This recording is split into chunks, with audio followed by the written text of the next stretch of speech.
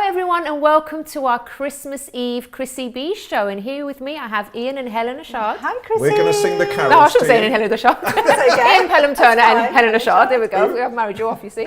Oh, well. So how are you both? We're Very both well, extremely very well. well. We're looking You're forward good. to Father Christmas Really arriving. looking Oh, forward okay. to Are you it. waiting? Are you going to wait? Of course I'm going Are to you? wait. Put the Of course biscuits I out am. and The then put mince his pies hot are out. chocolate The out. glass of sherry. Oh, are I'm you? really excited this Oh, year. that's good. And it's very Absolutely. near, Good, so. All right, well, we do have lots of advice on the show as usual, even though it is Christmas Eve. So we'll have Priti Shah on helping us keep our finances in the green over the Christmas period and beyond. We'll also have a yummy and healthy recipe from Hannah Richards, raspberry and coconut protein balls. I'll be giving you my happy tips on 3 steps to change in your new year. And we also have event planner Ben Gamble from Shout About London, who'll be giving us advice on planning a last-minute New Year's celebration. But let's go to the news first. Wow, all sorts of things have been Yeah, happening what's happening? Lots of in things the have been royal happening. household. Do you want to start or do you want me to start? Well, I'm. You can start with your Oh, bit. Go that's on. so- Go on. I'm I'll bursting let- to I'll tell let you this anyway.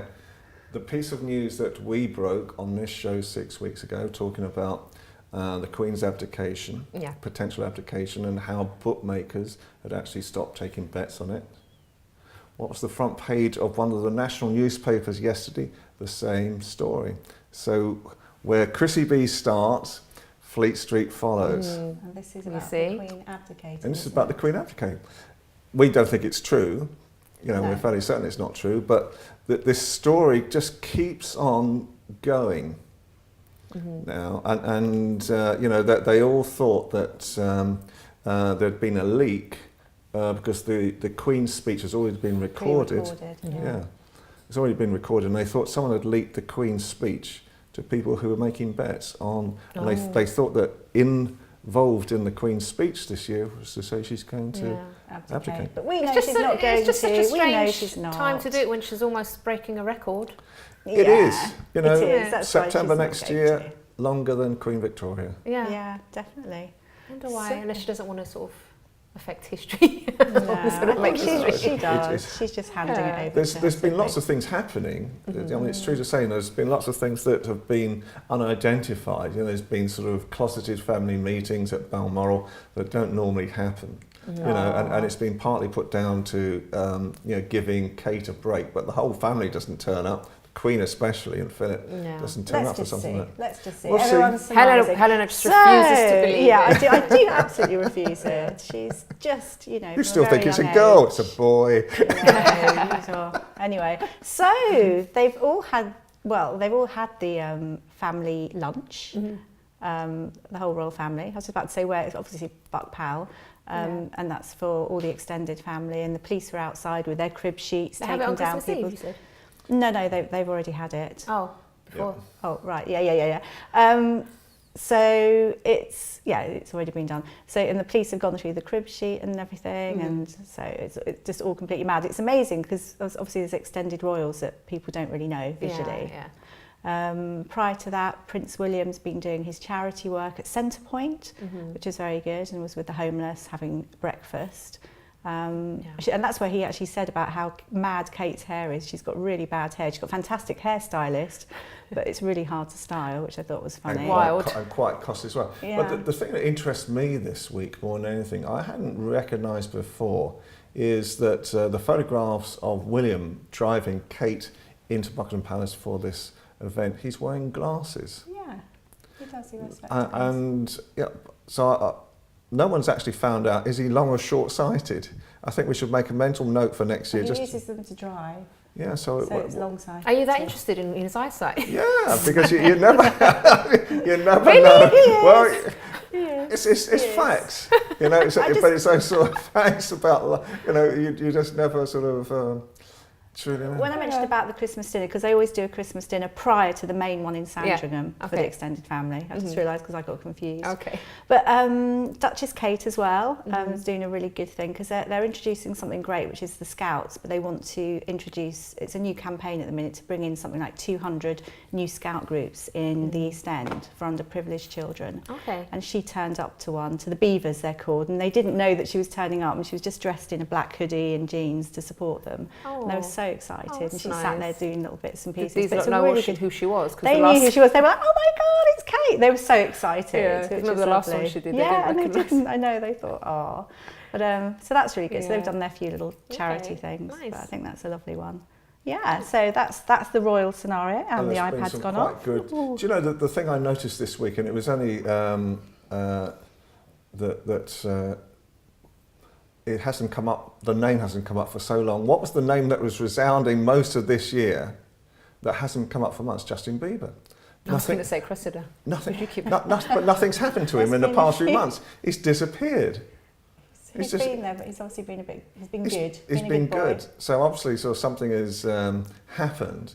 You know, because all of a sudden he's gone very quiet. There's been no, you know, what were we talking about for the first 6 months of this year? Every being single naughty. week, you know, Justin Please. Bieber was coming up doing sort of something new. He's just changed.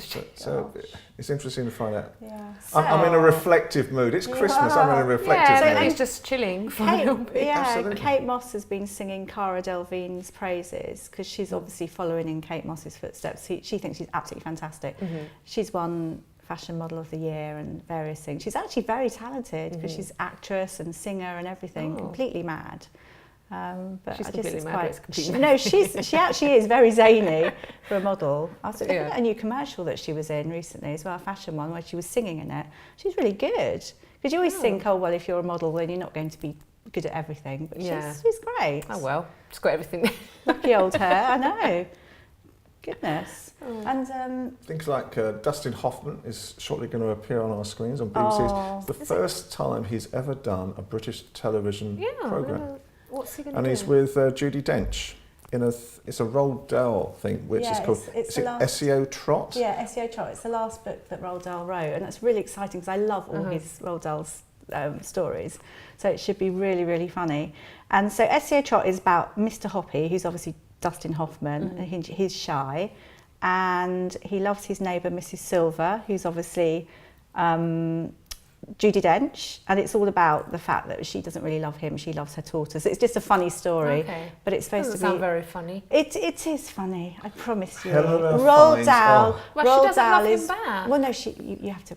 That's all how right. it begins, Okay, and then all right. you know they get to talk about. It's all to do with the Okay. tortoise, but it's supposed to be a lovely, lovely program. So everyone should watch But it. you It's really love good. things like that because Oh, I do. Christmas time, where's Helena? She's watching all the cartoons. I do watch other things too, but I love it. I just can just relax and just. Oh, So, I do really love it. I do. A very funny one. So, Death in Paradise. Ben Miller had a fantastic time in Cannes where he was treated to a 5-star hotel and all the trimmings, you know, good food and everything. They thought he was Ben Stiller. oh. So he went along with it. I mean, obviously he's famous in his own right, but they were, you know, I think that's that's really funny. funny, isn't it? I think that's really I great. could get confused with someone. I know, it would be And good. he had the whole stay for free. happen. They gave him the whole stay for free, 5-star treatment. But another one for my generation is Linda Gray, who was Sue Ellen in We love Southall. Sue Ellen. Yeah. And I you're all too young to remember, but there was a very famous Dallas where JR was shot. I remember that. I used do you to watch remember Dallas that? with my parents. Do you Yeah. remember How that? old do you think we are? We're not 15. Well, for me, it was a long time ago. And I worked with Larry Hagman. Larry Hagman came into London, and he was one of the nicest people I ever met. And he came in between the shooting and when the next series was. So everybody in London was saying, "Who shot you? Who shot you?" And he was very sort of tight-mouthed. But he was one of the kindest people you ever worked. And I think the best thing that he had this wonderful. He actually created his own dollar bills with his head on it instead of the president's head on it, and was giving it out to people. Oh. And he's one of the funniest people of all. But Back to Linda Gray. What was but she is so big nice shoulder as well bags. because I've worked with her, and again very, very nice. In pantomime. And in pantomime, and she didn't even know what pantomime was. And her British agent sort of said, "Why don't you come and do pantomime?" Because Dallas has now been stopped. Yeah. They've stopped doing a 3rd series of Dallas now. So she said, "Well, what's even pantomime?" Came out, found out what it was all about. And now she is in Wimbledon, if I remember rightly. Yep, she is. But anyway, That's a big moving change on. for her, isn't it? Moving on quickly. Brad and Angelina. You know we're coming to the end, aren't you? I was waiting for him to finish. So Brad and Angelina. It's when the cameramen are going like this. Been looking at a £25 million penthouse. They've been Who? looking. Sorry? Brad and Angelina. Okay. Yeah. I've been looking at penthouse. The former fire station.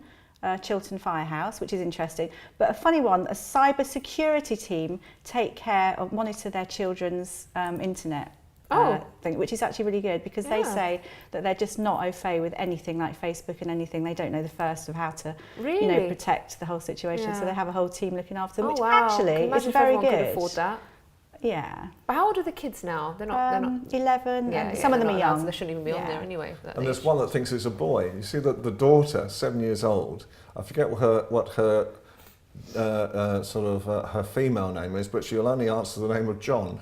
And she actually dresses now as a boy. Oh. She won't dress as a girl at all. So she's got. Oh, that's interesting. Yeah. So her 11-year-old there's an identity.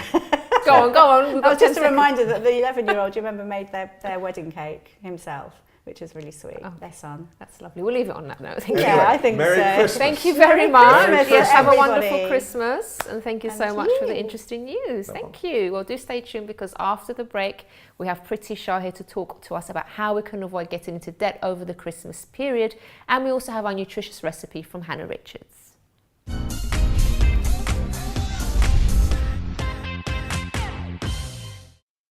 Don't forget to subscribe to the Chrissy B Show, always aiming to show you the happier side of life. You can find us on YouTube, Facebook and Twitter. Don't forget to subscribe to the Chrissy B Show, always aiming to show you the happier side of life. You can find us on YouTube, Facebook and Twitter.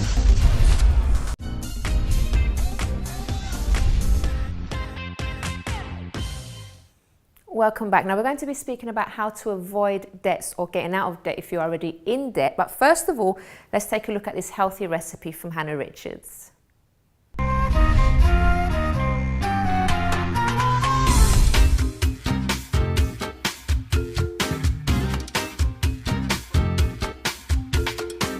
Hello and welcome to the MTS Kitchen. My name's Hannah Richards and today I'm going to show you how to make some really quick and easy raspberry and coconut protein balls. All you need are some raspberries, which are really high in vitamin C and give these balls a beautiful pink colour.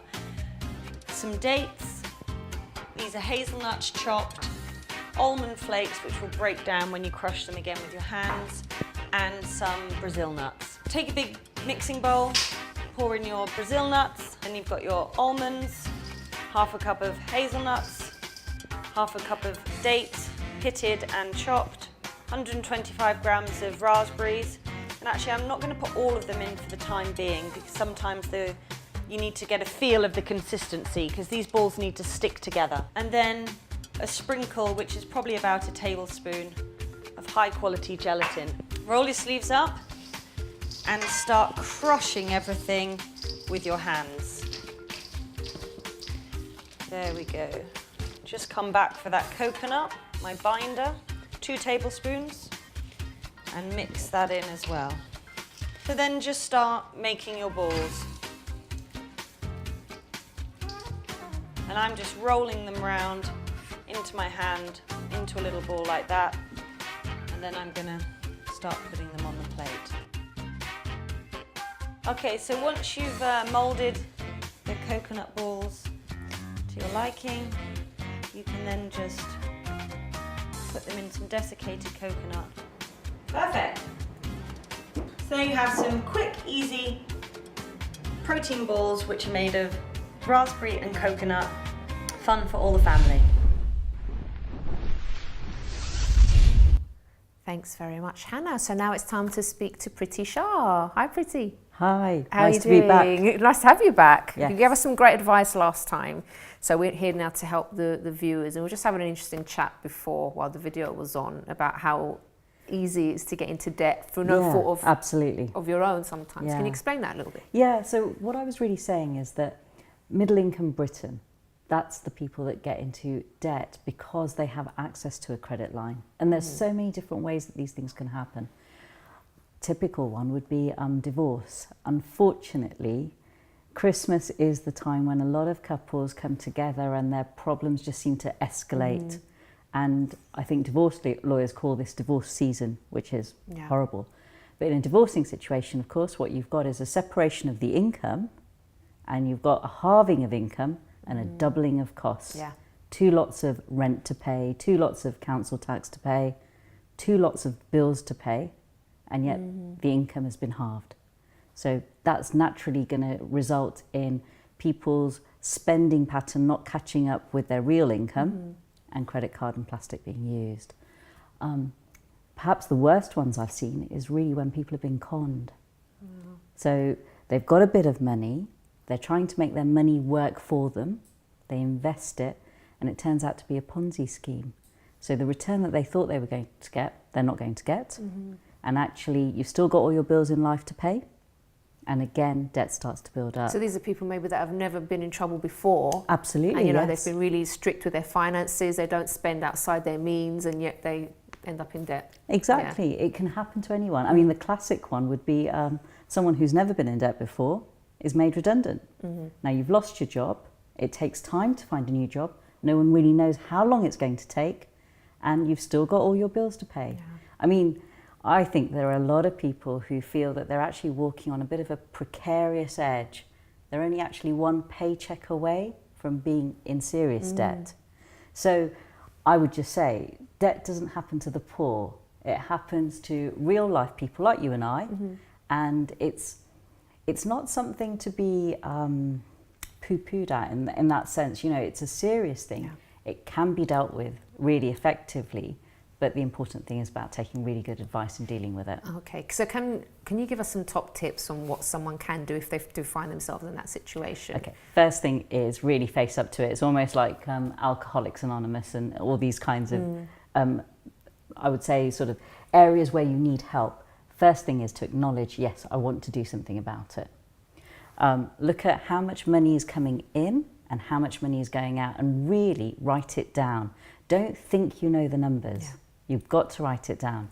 As soon as you do that exercise, compare it to your bank statement, and actually you'll find direct debits and standing orders that you're paying that you think, what am I paying for? Why have I got 2 lots of white goods insurance when I don't need 2 lots? I need 1 lot.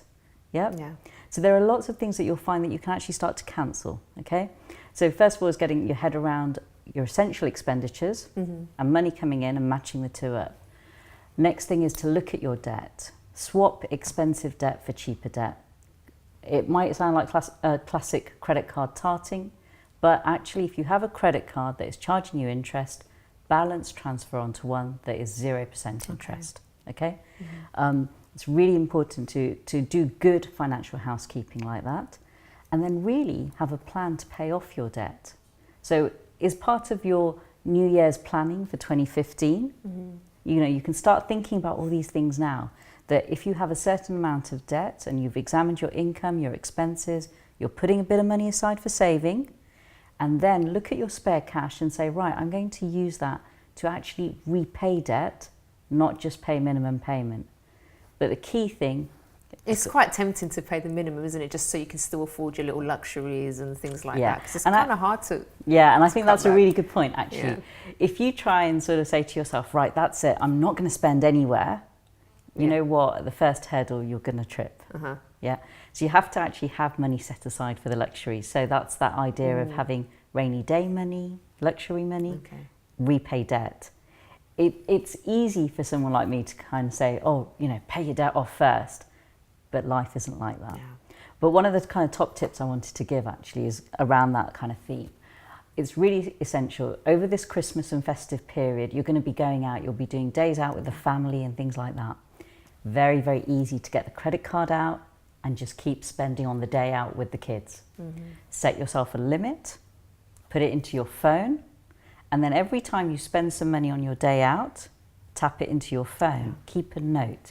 Because you know what?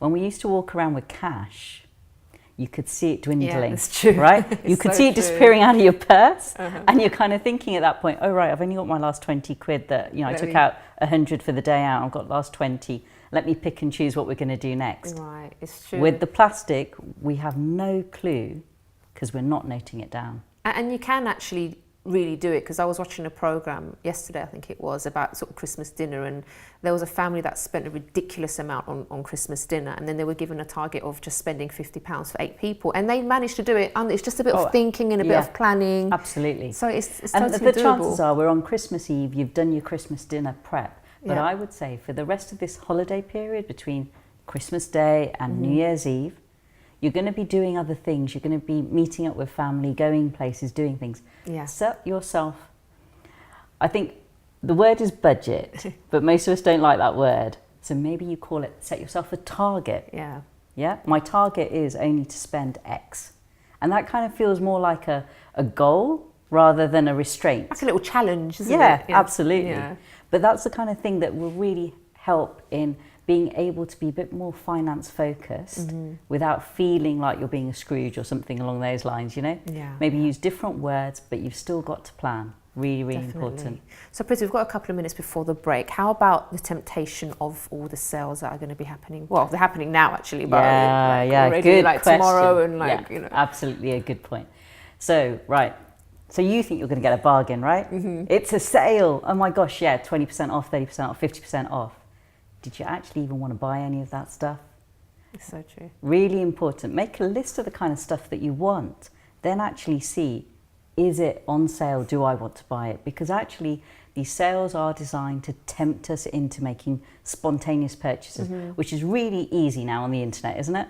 You know, it's easy to kind of sit there in the evening with your tablet or your iPad, go scrolling through, click, click, click. Your credit card's already embedded, pay. It's so easy to buy stuff. And you know what? It's designed to do it that way. You've got to really think, do I want it? And I'm not talking about need, I'm saying, do I want it? Because actually it's that spontaneous spending that gets us into trouble. Think about, do I want it? And if I do, then I purchase. But actually, most of the time, We don't. these bargains are not real bargains for us because we never wanted the thing in the first exactly. place. You know, It's that's so true. just the kind of craziness so of it. And the other thing is, in the sales season, make a list of what you want and know how much you want to spend in total on these things.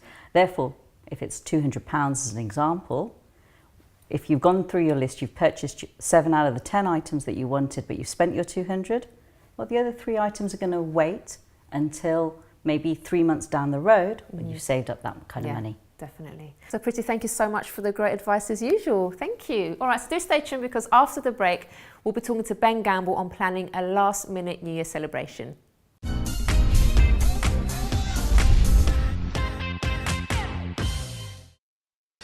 Don't forget to subscribe to the Chrissy B Show, always aiming to show you the happier side of life. You can find us on YouTube, Facebook and Twitter. Don't forget to subscribe to the Chrissy B Show, always aiming to show you the happier side of life. You can find us on YouTube, Facebook and Twitter.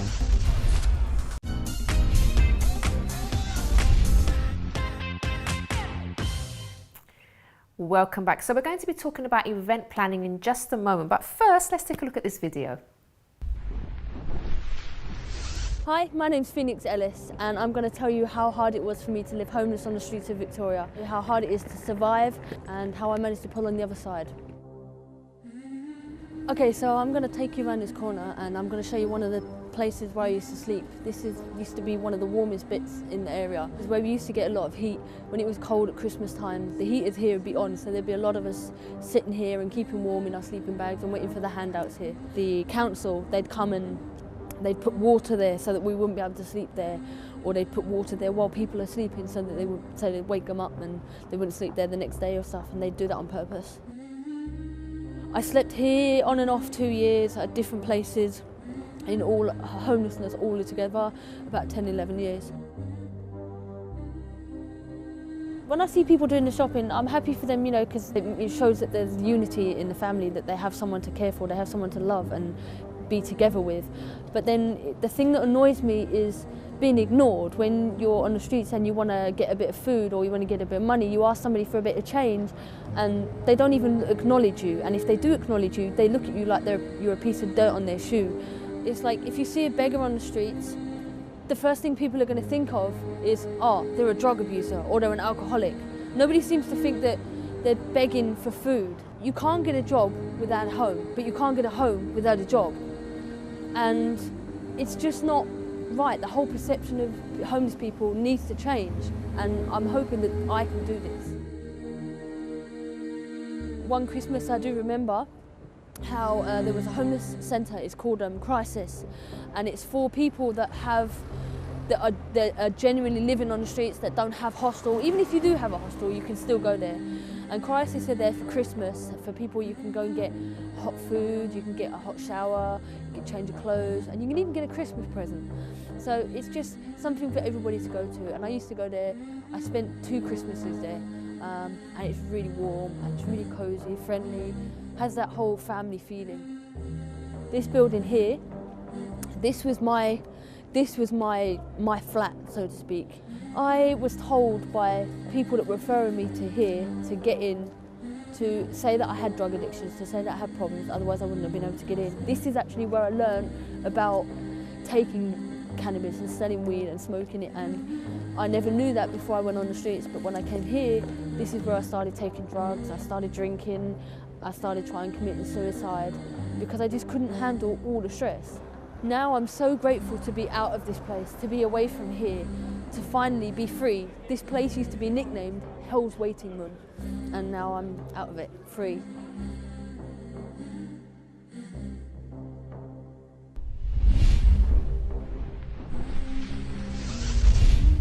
Okay, so that was Phoenix, and the great news is that she isn't homeless anymore, because she did get help from various different charities, and she has managed to turn her life around. And I'm sure, you know, depending on what you're going through, whatever situation you might be going through, you can do it too. And I will be giving my happy tips later on. But first now, let's talk to Ben Gamble. Hello, Ben. Hello, how are you? I'm well, how are you? Yeah, good. So you are an event planner. Yeah, kind of. How did you get into that in the first place? Well, myself and my business partner, we used to run a well-known London venue. So we used to market and manage the space for corporate events, and then we made the brave decision about 15 months ago to go it alone. And we set up Shout About London, which is an events consultancy.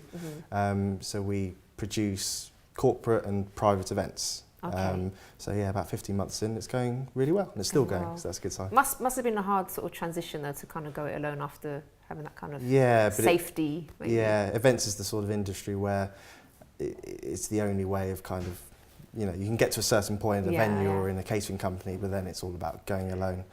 We felt we found a niche in the market with the Shout About concept. So people are buying into us, which is great. So tell us about the business itself. What do you focus on? We used to work with events agencies in our previous roles, and we kind of picked up on the good things about how they operate and perhaps the not so good things. The simple things which, you know, like going to the venues before you see them from an agency side. A lot of the biggest agencies in the UK don't even go to the venues before putting forward to their clients. That's risky. And being based in London as well. Again, a lot of the larger agencies aren't necessarily based in the capital.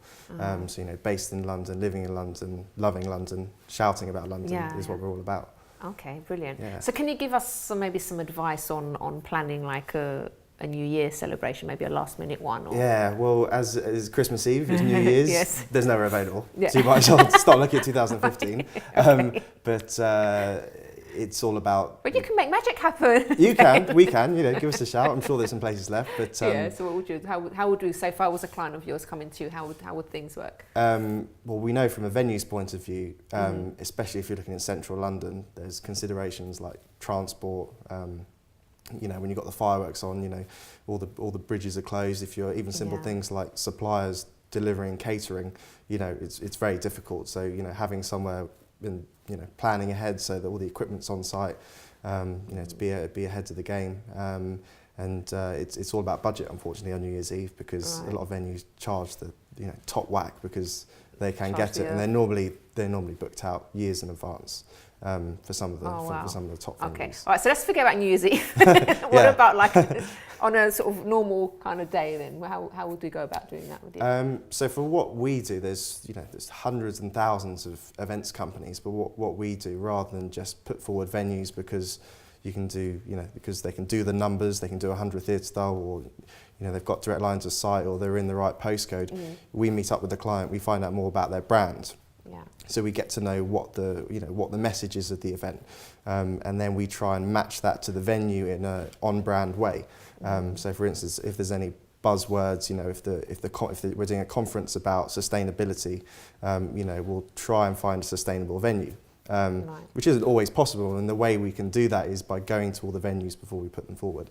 Okay. So we've developed at the moment a kind of on-brand venue finding CRM system, which is a little bit geeky, but it means that we've kind of been to and taken down the important things about over 500 venues in London. So if a client comes to us, we haven't just got a list of venues, but we've also got, is there bare bricks, is there exposed beams, is there a hotel around the corner, and then we can really sort it out so that the client's in the right place for the right reason. What's the biggest and best event that you've liked, enjoyed biggest most? monetary wise, 5-day conference, 100 CEOs, where we book their hotel, their transfers, the catering, package it all together. But the six-figure budgets are the easy ones to deal with. But probably our favourite one was our launch party, which we did. Your own one? Yeah, our own one. I'll shout about launch. We did District nightclub in the West End, and we did 2 launches. So the first year for Shout About London was about getting to know the venues. So we invited all the venues down. No one's ever done it before. We invited down probably 150 different venues represented there, 300 people in attendance, and the venues just had a piss up, if you like, on us. And the reason we did that was to sort of say thank you to them, and the reason that Shout About came about was our love of the city and the it's a wonderful city. Yeah, the great versatility in venues, lovely, and then we did an event for our clients a few weeks later at the same venue. Coincidentally, after the venue had a major relaunch, which was nice, and we sort of said a few weeks ago, we did a big event for the top venues in London, and we'll leverage that relationship we have with them as the coolest events company out there to get you the better rates and the better response times. It sounds like it's really taken off in quite a short space of time. Yeah, but we're quite modest about it, but we're certainly going places. We're involved in a few other projects as well, redeveloping disused tube stations and turning them into venues, working with a guy, Adjit Chambers, the old London Underground company, to turn disused tube stations into event spaces as well.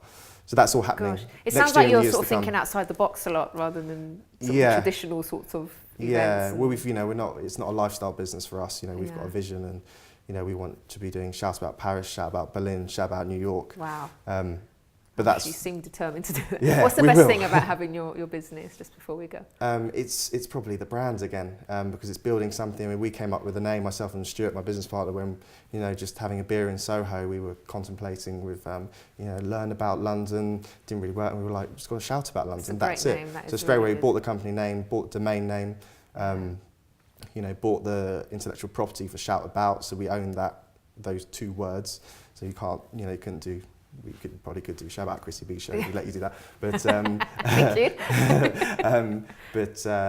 We're very passionate about making Shout About the only events agency that's known outside the events industry, because most people think of companies that aren't necessarily London events companies. But well, you're doing great, and it sounds like you're really going places as well, which is fantastic. I'm sure we're going to hear more from you, Ben. Yeah, hopefully. Alrighty, so all the best, and thank you so much for coming on to talk about your business. No worries. Thank you. Alrighty, so do stay tuned, because after the break, I'll be sharing my happy tips with you about 3 tips to change your new year.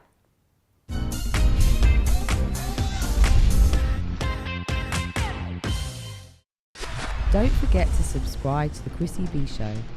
Always aiming to show you the happier side of life. You can find us on YouTube, Facebook and Twitter. Don't forget to subscribe to the Chrissy B Show. Always aiming to show you the happier side of life. You can find us on YouTube, Facebook and Twitter.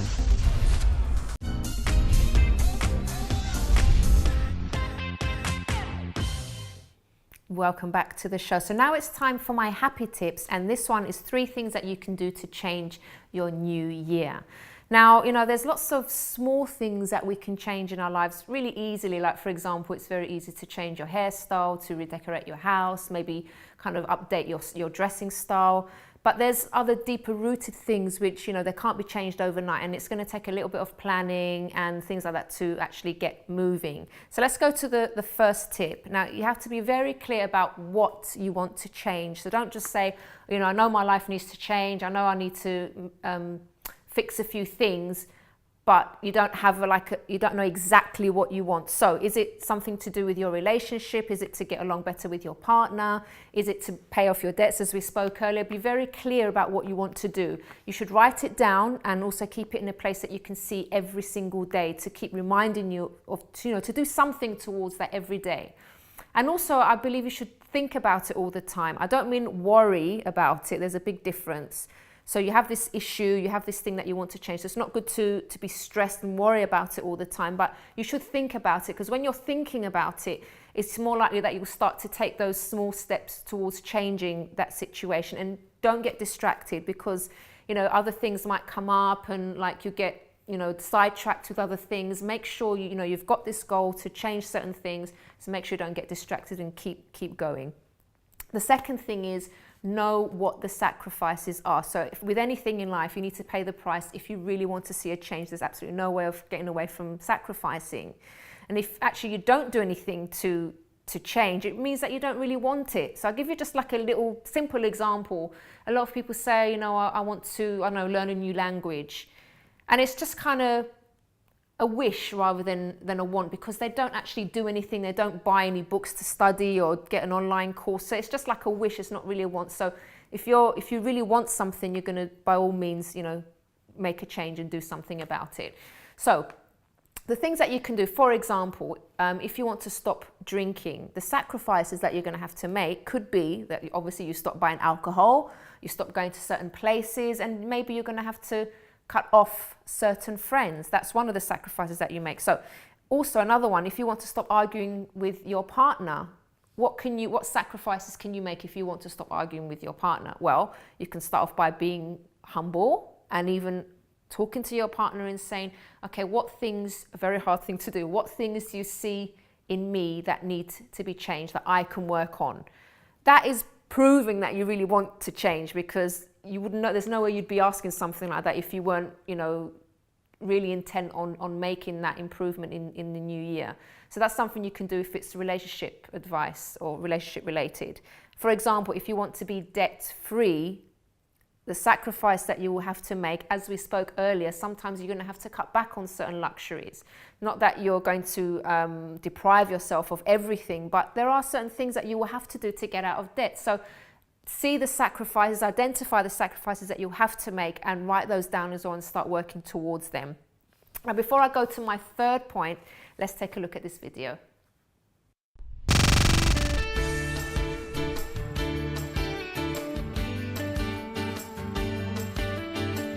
So as many of you know, one of my favorite things to do is eating. And my favorite TV show, one of my favorite TV shows, is Come Dine With Me. So this challenge is going to be a very different one. This one is a Come Dine With You challenge. And I'll be up against a friend who I'm going to introduce you to in just a moment. What's going to happen, we are going to be shown how to make a really nice starter and main course. And then we'll be up against each other to see who is going to cook the best one. And obviously we'll have a fabulous chef that will be grading us and deciding who the winner is. So I'm really looking forward to this one. That's Paolo over there, ready to compete with me. And let's get going.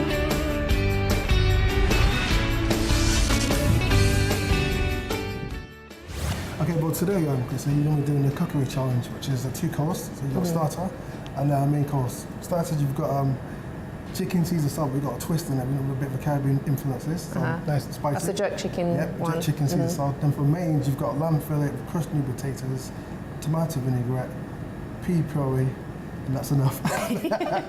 Well, I don't know if I'm going to win this challenge, but I will try my best. Let's see how Paolo does as well. So you're going to start off by showing us how to do the starter. I'll give you a quick demonstration, then the rest of you are going to follow and copy what I've done. All right then. Okay, let's get going.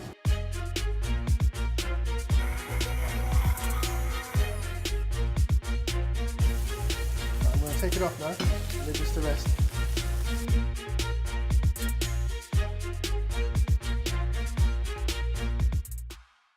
We could do that, can't we? Okay. We're ready to give it a go now. copying me. You're cheating.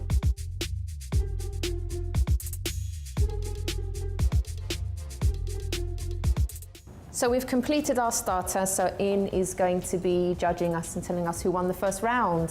Okay. Go ahead, Ian. Well, ladies, looking at both your dishes, they both look fantastic, but it's about the taste and flavour now, so I'm going to taste it, then see what I think. All right. This is where I get wicked.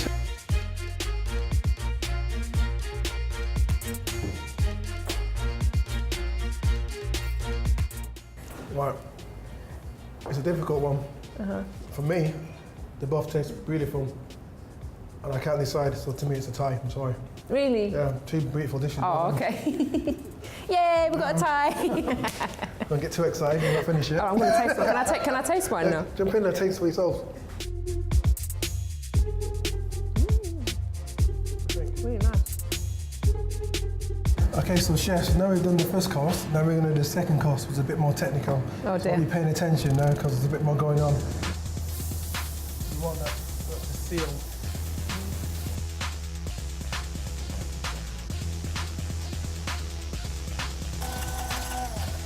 Okay.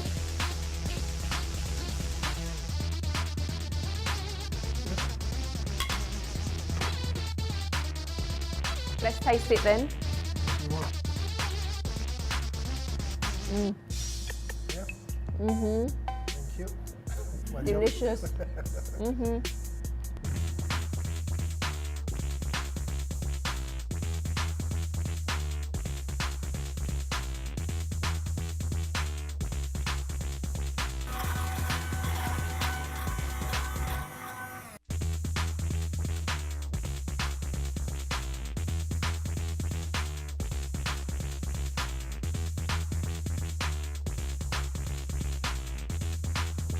Okay, done. Yes. I think, personally, very good effort. What we did today, even though it sounded simple on paper, it's quite technical. You've got different elements, different things going on at once. You did very well. Well, let's taste it and see what we think. This just looks very dainty and small, like a tasting menu. How did you find making this? You found it easy or was it hard work? That was good. It was okay, wasn't it? The flavour of the mint pearl is just fantastic. As you taste it, like an explosion in your mouth. Lamb's nicely seasoned, and the mash, or a new potato crushed. Tastes beautiful. Yet again, the flavours there, just your presentation. Right, let's just try yours, chef. I'm gonna put this to the side. Greg Wallace moment. Bit offensive tomato. Get it out. Yeah. What about you, chef? How did you find this? That was good. I was following my paper quite a bit, but It's nice. I think presentation-wise, this looks better, but I think yours has got more. Your one's got more flavour. Yours needs a bit more flavour to it. But it's two beautiful efforts. Well done. For this one, I say, chef, you got it, man. yay! Well done. Thank you. Well done, Pastor Ian. Thank you so much. That was really my pleasure. good fun. Thank you. Okay, so that's made me very hungry. Not a good idea to wash these things when I'm hungry. All right, but let's carry on now with the changes for the new year that you can make. So the third point is to be ready for hard work. Now, you really have to be realistic about things. Like we said, any change requires sacrifice, and any sacrifice is difficult. So don't kid yourself that it's going to be easy. When you slip up, when you make a mistake, don't worry, pick yourself up and keep going, keep fighting, and promise yourself that you won't give up. You owe it to yourself. You owe it to yourself to be happy in all areas of your life. So make sure that you stick to it, you work hard, you're realistic about things, you're realistic about your goals, and just keep going. And it could be a completely different story this time next year. So I do hope that's helped you. And if you want any advice, if you want maybe you have like a more sensitive case that you'd like to email me about, you can do so on chris@chrissybshow.tv. Well, we have reached the end of the program, so do have a wonderful, wonderful Christmas. We will be, of course, having our shows throughout Christmas and New Year, so do keep staying tuned every Monday, Wednesday and Friday at 10 p.m. And if you want to know what's coming up as well, you can visit the website chrissybshow.tv. Bye for now.